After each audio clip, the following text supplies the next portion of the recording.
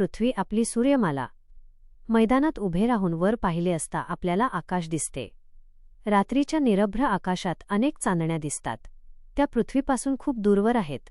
काही चांदण्या मोठ्या व ठळक दिसतात, तर काही चांदण्या लहान व अंधुक दिसतात. आपण चांदण्यांकडे जरा निरखून पाहिल्यास बऱ्याचशा चांदण्या लुकलुकताना दिसतात, पण काही चांदण्या लुकलुकत नाहीत. आकाशातील सर्व वस्तूंना खगोलीय वस्तू असे म्हणतात. चंद्र, सूर्य हे तुलनेने पृथ्वीच्या जवळ आहेत, म्हणून त्यांचा गोल आकार आपण सहज पाहू शकतो. याशिवाय इतर तारे, ग्रह हे देखील आपण पाहतो. या सर्व खगोलीय वस्तू आहेत. करून पहा. साधारण एका आठवड्याच्या अंतराने 2 वेळा आकाशाचे निरीक्षण करा. हे निरीक्षण रात्रीच्या वेळी खालील मुद्द्यांच्या आधारे करा. खगोलीय वस्तूंचे रंग, त्यांचे आकार, त्यांच्या प्रकाशाची प्रखरता, लुकलुकणे, त्यांच्या स्थानातील बदल. दोन्ही निरीक्षणांच्या वेळी चंद्राच्या प्रकाशित भागाचे चित्र काढा आणि चंद्राचा प्रकाशित भाग रोज कसा बदलतो हे लक्षात घ्या.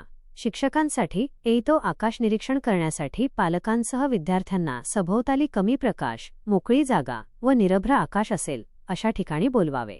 तारे, ज्या चांदण्या लुकलुकतात त्यांना तारे म्हणतात. त्यांचा प्रकाश कमी जास्त होताना दिसतो. तारे स्वयंप्रकाशित असतात. सूर्य हा एक तारा आहे. इतर ताऱ्यांच्या मानाने तो आपल्यापासून जवळ आहे, म्हणून तो मोठा व तेजस्वी दिसतो. त्याच्या प्रखर प्रकाशामुळे आपल्याला दिवसा चांदण्या दिसत नाहीत.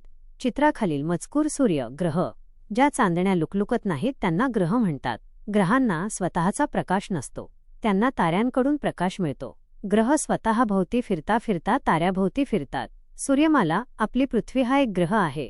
सूर्यापासून तिला प्रकाश मिळतो. ती सूर्याभोवती फिरते. त्याला पृथ्वीचे परिभ्रमण म्हणतात. पृथ्वीशिवाय सूर्याभोवती परिभ्रमण करणारे आणखी 7 ग्रह आहेत. बुध, शुक्र, मंगळ, गुरु, शनी, युरेनस, नेपच्यून अशी त्यांची नावे आहेत. चित्राखालील मजकूर कृत्रिम उपग्रहाने टिपलेले पृथ्वीचे छायाचित्र. सूर्यमालेतील प्रत्येक ग्रह सूर्याभोवती ठराविक मार्गावरून परिभ्रमण करतो. त्या मार्गाला त्या ग्रहाची कक्षा म्हणतात. सूर्य हा तारा आणि सूर्याभोवती फिरणाऱ्या ग्रहांना एकत्रितपणे सूर्यमाला म्हणतात. सूर्यमालेत ग्रहांबरोबर इतरही काही खगोलीय वस्तूंचा समावेश होतो. सूर्यमालेतील इतर खगोलीय वस्तू. उपग्रह 7. काही खगोलीय वस्तू ग्रहाभोवती परिभ्रमण करतात, त्यांना उपग्रह म्हणतात. उपग्रहांनाही सूर्यापासूनच प्रकाश मिळतो. रात्री आकाशात आपल्याला चंद्र दिसतो. तो स्वतःभोवती फिरता फिरता पृथ्वीभोवतीही फिरतो, म्हणून त्याला पृथ्वीचा उपग्रह म्हणतात. सूर्यमालेत बहुतेक ग्रहांना उपग्रह आहेत. ग्रह आपापल्या उपग्रहांसह सूर्याभोवती परिभ्रमण करतात. चंद्राच्या चित्राशेजारील मजकूर. पौर्णिमेच्या दिवशी दिसणारे चंद्राचे स्वरूप. बटुग्रह, सूर्याभोवती प्रदक्षिणा घालणाऱ्या काही लहान आकाराच्या खगोलीय वस्तू आहेत. त्यांना बटुग्रह म्हणतात. यामध्ये प्रामुख्याने प्लुटोसारख्या खगोलीय वस्तूचा समावेश होतो. बटुग्रह सूर्याभोवती स्वतंत्रपणे परिभ्रमण करतात. बटुग्रहांना स्वतःची कक्षा असते. लघुग्रह, मंगळ व गुरु या ग्रहांच्या दरम्यान असंख्य लहान लहान खगोलीय वस्तूंचा एक पट्टा आहे. या पट्ट्यातील खगोलीय वस्तूंना लघुग्रह म्हणतात. लघुग्रह देखील सूर्याभोवती स्वतंत्रपणे परिभ्रमण करतात. सूर्याच्या तुलनेत सूर्यमालेतील इतर खगोलीय वस्तू आकाराने खूपच लहान आहेत. चंद्र पृथ्वीच्या सगळ्यांत जवळ आहे, म्हणून तो सूर्यापेक्षा आकाराने खूप लहान असून सुद्धा आपल्याला मोठा दिसतो. खाली आपल्या सूर्यमालेची आकृती दिली आहे. त्यात मध्यभागी सूर्य आणि त्याभोवती परिभ्रमण करणाऱ्या खगोलीय वस्तू व त्यांच्या कक्षा दाखवल्या आहेत.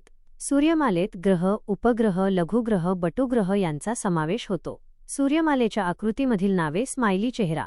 मंगळ, पृथ्वी, चंद्र, शुक्र, सूर्य, बुध. लघुग्रह गुरु, शनी, युरेनस, नेपच्यून, प्लुटो. बटुग्रह सूर्यमालेची आकृती वजा सूर्यमालेच्या आकृतीत केवळ पृथ्वीचा उपग्रह दाखवला आहे. सांगा पाहू. सूर्यमालेच्या चित्राचे निरीक्षण करा व पुढील प्रश्नांची उत्तरे द्या. 1. सूर्याच्या सर्वांत जवळचा ग्रह कोणता? 2. पृथ्वी सूर्यापासून कितव्या स्थानावर आहे? 3. पृथ्वी व बुध यांच्या दरम्यानचा ग्रह कोणता? 4. मंगळ ग्रहाच्या कक्षेच्या बाहेर असणाऱ्या ग्रहांची नावे क्रमाने लिहा. 5. सूर्यापासून सर्वांत दूरचा ग्रह कोणता? गुरुत्वाकर्षण. खगोलीय वस्तूंमध्ये एकमेकांना स्वतःकडे खेचण्याची म्हणजेच आकर्षित करण्याची शक्ती असते. या शक्तीला गुरुत्वाकर्षण शक्ती म्हणतात.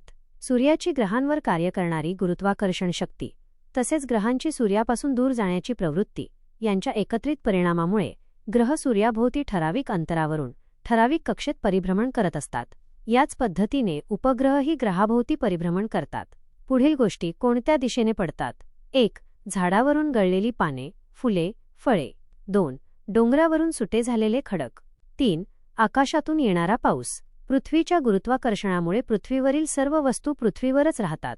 एखादी वस्तू जोरात वर फेकली की ती शेवटी जमिनीवरच येऊन पडते.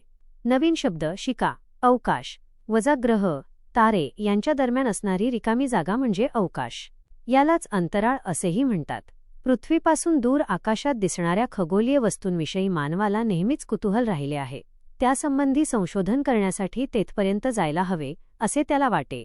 परंतु पृथ्वीवरून एखादी वस्तू अवकाशात पाठवण्यासाठी तिला पृथ्वीच्या गुरुत्वाकर्षणाच्या विरुद्ध शक्ती द्यावी लागते. त्यासाठी वापरात येणाऱ्या तंत्रास अवकाश प्रक्षेपण तंत्र म्हणतात. माहीत आहे का तुम्हाला? भारतीय अवकाश मोहीम. चित्र चंद्रयान. भारतीय अवकाश संशोधन संस्था ISRO Indian space research organisation मार्फत चंद्रावर 22 ऑक्टोबर 2008 रोजी यान सोडले होते. चंद्रयान-1 या नावाने ही मोहीम ओळखली जाते. मंगळयान हा भारताचा आणखी एक महत्त्वाचा उपक्रम आहे. हा उपक्रम MOM मार्स ऑर्बिट मिशन या नावाने प्रसिद्ध आहे. 5 नोव्हेंबर 2013 रोजी मंगळयान मंगळ ग्रहाच्या दिशेने झेपावले. हे यान मंगळ ग्रहाभोवतीच्या कक्षेत 24 सप्टेंबर 2014 रोजी प्रस्थापित झाले. पहिल्याच प्रयत्नात इस्रोने हे यश प्राप्त केले आहे. भारताची ही दोन्ही याने मानवरहित आहेत. चंद्र व मंगळाच्या सखोल अभ्यासासाठी ही याने पाठवली आहेत. चित्र मंगळयान. चित्राखालील मजकूर. मंगळयानाने काढलेले भारतीय प्रदेशाचे छायाचित्र. दिवाळीच्या फटाक्यांमध्ये रॉकेट नावाचा फटाका असतो. त्यात विस्फोटक पदार्थ ठासून भरलेले असतात. त्यांचे झपाट्याने ज्वलन होऊन खूप ऊर्जा निर्माण होते.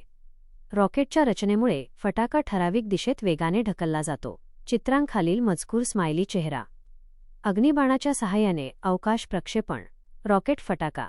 अवकाशयानांचे अवकाशात प्रक्षेपण करण्यासाठी शक्तिशाली अग्निबाणांचा म्हणजेच रॉकेटचा उपयोग करतात. रॉकेटमध्ये प्रचंड प्रमाणावर इंधन जाळले जाते आणि त्यामुळे हजारो टन वजनाचे अवकाशयान अंतराळात नेले जाते. 20व्या शतकात जगातील काही देशांनी अवकाश प्रक्षेपण तसेच अवकाशयानांसंबंधी तंत्रज्ञान विकसित केले.